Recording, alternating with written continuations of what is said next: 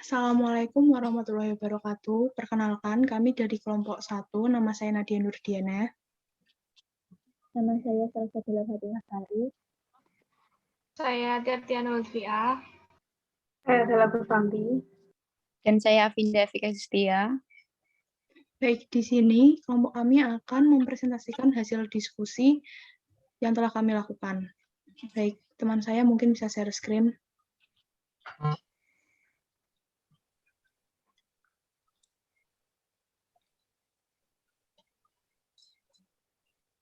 Oke, langsung saja ke materi pertama, yaitu terkait teori pertukaran anggota dan pemimpin, yaitu Leadership Member Exchange. Teori LMX menurut para ahli, yang pertama, menurut Danseru et al., Green dan Cashman, yaitu merupakan proses komunikasi dua arah antara pemimpin dalam membina hubungan dengan setiap rekan kerjanya. Yang kedua yaitu Green dan Ull dan Bean, LMX didasarkan pada hubungan timbal balik antara karyawan dan pemimpin. Leader Member Exchange tidak hanya sebatas hubungan rekan kerja saja, namun juga menunjang baik pemimpin maupun karyawan untuk saling memberi feedback satu sama lain. Selanjutnya, yaitu dengan kata lain, teori LMX merupakan hubungan timbal balik yang melibatkan komunikasi antara pemimpin dan karyawan melalui keakraban antara satu dan lainnya, berkontribusi untuk sesama, saling setia, dan punya rasa hormat antar individu. Hubungan baik antara pemimpin dan karyawan diharapkan dapat meningkatkan kinerja organisasi.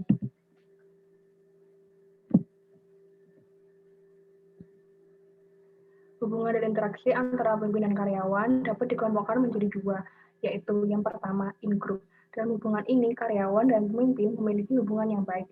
Hubungan antar keduanya didasarkan oleh perasaan senasib, rasa percaya, dan afektif terhadap satu sama lain. Yang kedua yaitu out-group. Dalam hubungan ini, posisi pemimpin terhadap karyawan lebih ke arah profesional. Hal ini disebabkan karena itu minim waktu yang disediakan untuk mendekatkan diri, sehingga karyawan lebih memiliki sedikit waktu untuk memimpin, dan hubungan antar keduanya hanya dalam koridor interaksi otoritas yang normal. Tujuan Leadership Member Exchange tidak hanya melahirkan hubungan timbal balik, namun juga rasa kepercayaan antara kedua pihak, yaitu pemimpin dan karyawan maupun sebaliknya. Kepercayaan ini adalah bahwa masing-masing akan bekerja dengan maksimal untuk kebaikan bersama. Selanjutnya yaitu kelebihan teori LMX. Yang pertama, mendeskripsikan unit kerja, yaitu yang berkontribusi lebih banyak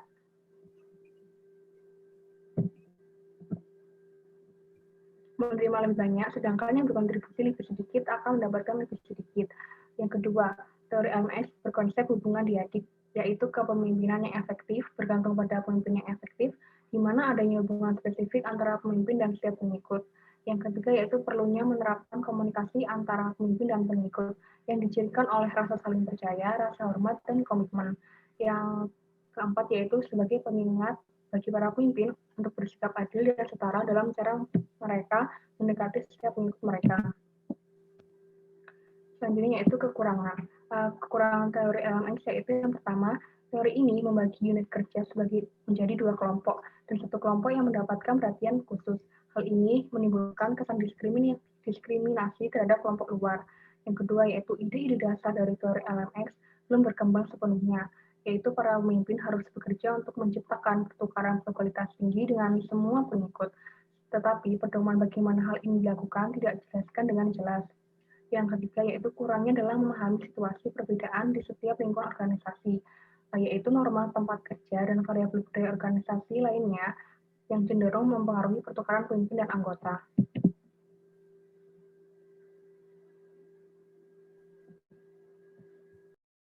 Selanjutnya LMX ini berfokus pada hubungan diadik atau dua arah antara pemimpin dan masing-masing pengikutnya yang merupakan hubungan pertukaran yang bertujuan untuk meningkatkan kesuksesan organisasi dengan menciptakan hubungan yang positif antara pimpinan dan pengikutnya. Ini menurut pendapat Wibowo dan Susanto. Selanjutnya, Nordhaus dalam Wahyuni dan Sangin menyatakan bahwa LMX lebih memusatkan pada pertukaran pemimpin dengan anggota sebagai pertukaran vertikal. Artinya, bawahan lebih banyak menerima informasi, pengaruh, kepercayaan, dan peran dari pemimpin di dalam unit kerja yang sama dibandingkan dari luar kelompok. Selanjutnya bisa dilanjutkan oleh teman saya. Selanjutnya ada studi kasus dan pembahasan. Next. Teori pertukaran pemimpin anggota yang biasa disebut teori leader member exchange atau LMX menurut Robert Craig. Bisa diingat gak sih?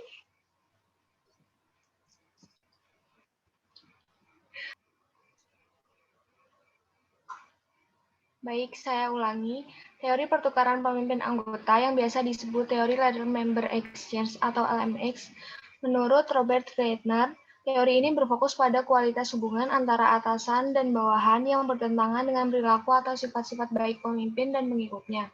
Sedangkan menurut Robbins, interaksi antara seorang pemimpin dan seorang anggota atau bawahan, pemimpin secara implisit mengkategorikan bawahan tersebut sebagai in-group atau out-group, dan bahwa hubungan semacam itu relatif stabil untuk waktu yang lama. In-group yang terdiri dari orang-orang yang dipercaya dan mendapat ketidakseimbangan dalam hal ini diperhatikan dari seorang leader dan cenderung mendapatkan hak-hak khusus.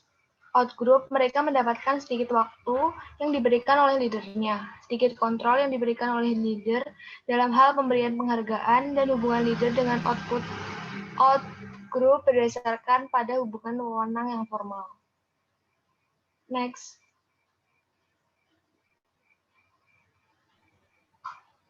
Baik, yang selanjutnya akan saya lanjutkan yaitu mengenai analisis studi kasus. Berdasarkan analisis mengenai pengaruh leader member exchange atau LMX dan karakteristik pekerjaan terhadap kinerja pegawai pada pegawai di Politeknik Ilmu Pelayaran Semarang dapat diperoleh kesimpulan sebagai berikut. Yang pertama yaitu leader member exchange berpengaruh positif dan signifikan terhadap kinerja pegawai. Dengan demikian, apabila LMX dapat diterima, maka kinerja pegawai juga akan meningkat. Yang kedua yaitu karakteristik pekerjaan berpengaruh positif dan signifikan terhadap kinerja pegawai. Dengan demikian, apabila karakteristik pegawai semakin tepat, maka kinerja pegawai akan meningkat. Next. Yang selanjutnya mengenai implikasi teori. Kinerja pegawai dipengaruhi secara positif dan signifikan oleh leader member exchange. Dengan kata lain, semakin baik leader member exchange Politeknik Ilmu Pelayaran Semarang, maka akan semakin baik pula kinerja pegawai pada Politeknik Ilmu Pelayaran Semarang. LMX sendiri adalah cara seseorang pemimpin mempengaruhi perilaku bawahan agar mau bekerja sama dengan dan bekerja secara produktif untuk mencapai tujuan organisasi.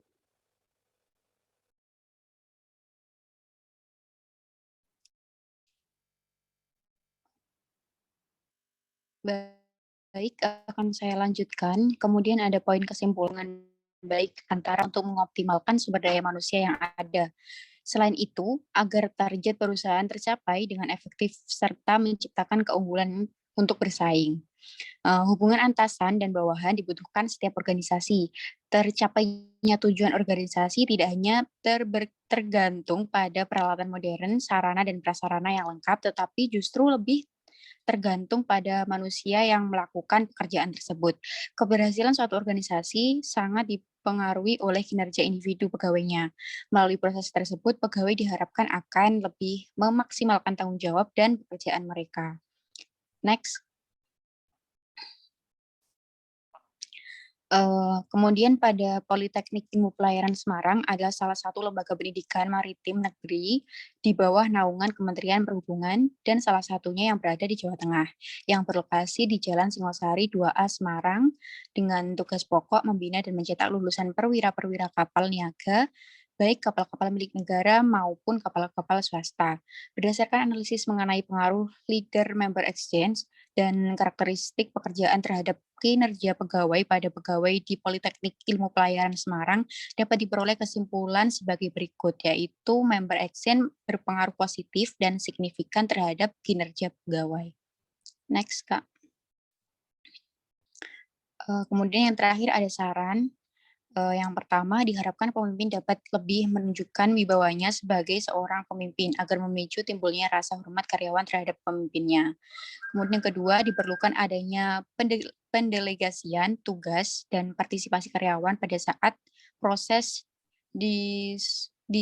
decision making. Hal ini akan memicu inisiatif karyawan untuk menjadi lebih aktif dan dapat meningkatkan kontribusi karyawan terhadap perusahaan. Nah, untuk memperbaiki hubungan dengan manajer dapat dimulai dengan memperhatikan tingkat kepercayaan dan memperbaikinya dengan komunikasi yang rutin dan efektif, dan juga meningkatkan kepercayaan tersebut dengan menjalani komitmen demi meraih tujuan. Demikian yang dapat kelompok kami sampaikan. Apabila ada salah kata, kami mohon maaf. Wassalamualaikum warahmatullahi wabarakatuh.